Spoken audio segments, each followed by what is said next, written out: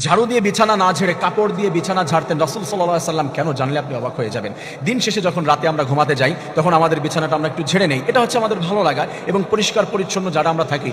কারণ রাসূল কারীম সাল্লাল্লাহু আলাইহি সাল্লাম জানিয়ে দিয়েছেন আত-তুহুরু শাতরুল ঈমান, পবিত্রতা হচ্ছে ঈমানের অঙ্গ, এটা সৌন্দর্য মুসলমানদের। এবং যারা সুন্দর পার্সোনালিটি বজায় রাখে, নিজের ব্যক্তিত্ব এবং নিজে ফিটফাট থাকে, হচ্ছে পরিষ্কার পরিচ্ছন্ন, সেইটা করে। রাতের বেলা আমরা ঝাড়তে গিয়ে বিছানাটা, এটা রাসূলের সুন্নাহ। রাসূল সাল্লাল্লাহু আলাইহি সাল্লাম কন্টিনিউয়াসলি এই সুন্নাহ আদায় করতেন। অনেক সময় আমরা ঝাড়তে গিয়ে শলার ঝাড়ু দেই, আচ্ছা প্লাস্টিকের ঝাড়ু দেই, বিভিন্ন কোম্পানি থেকে পাওয়া যায়, বিভিন্ন ওয়েতে আমরা বিছানা ঝাড়ি।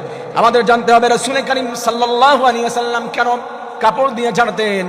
আমাদের বিছানার উপরে অনেক ময়লা পড়ে থাকে, আমাদের শরীরের চামড়া প্রতিনিয়ত পরিবর্তন হয়, গায়ের অনেক ময়লা থাকে, লোম পড়ে যায়, পশম পড়ে যায়, সেইগুলো আমরা ঝাড়ু দিয়ে ফেলে দেই। কারণ হচ্ছে অনেক জীবাণু বিছানার মধ্যে থাকে। তাই রাসূল বলেছে ঘুমাতে যাওয়ার আগে বিছানা সুন্দর করে ঝেড়ে নাও। রাসূল সাল্লাল্লাহু আলাইহি ওয়াসাল্লাম তখন কিন্তু একটা কাপড় দিয়ে বা চাদর দিয়ে বিছানা ঝাড়ু দিতেন। আমার প্রিয় ভাইয়েরা, আজ মেডিকেল সায়েন্স সেটা গবেষণা করেছে, ঝাড়ু দিয়ে, শলার ঝাড়ু দিয়ে, প্লাস্টিকের ঝাড়ু বা অন্য কোনো ওয়ে দিয়ে বিছানা ঝাড়ু দিলে যে উপকারিতা পাওয়া যায়, কাপড় দিয়ে যদি বিছানা ঝাড়ু দেওয়া হয় তার থেকে 1000 গুণ উপকারিতা সায়েন্টিফিক রয়েছে। এটার ভিতরে উপকারিতা রেখে দিয়েছেন আমার রব।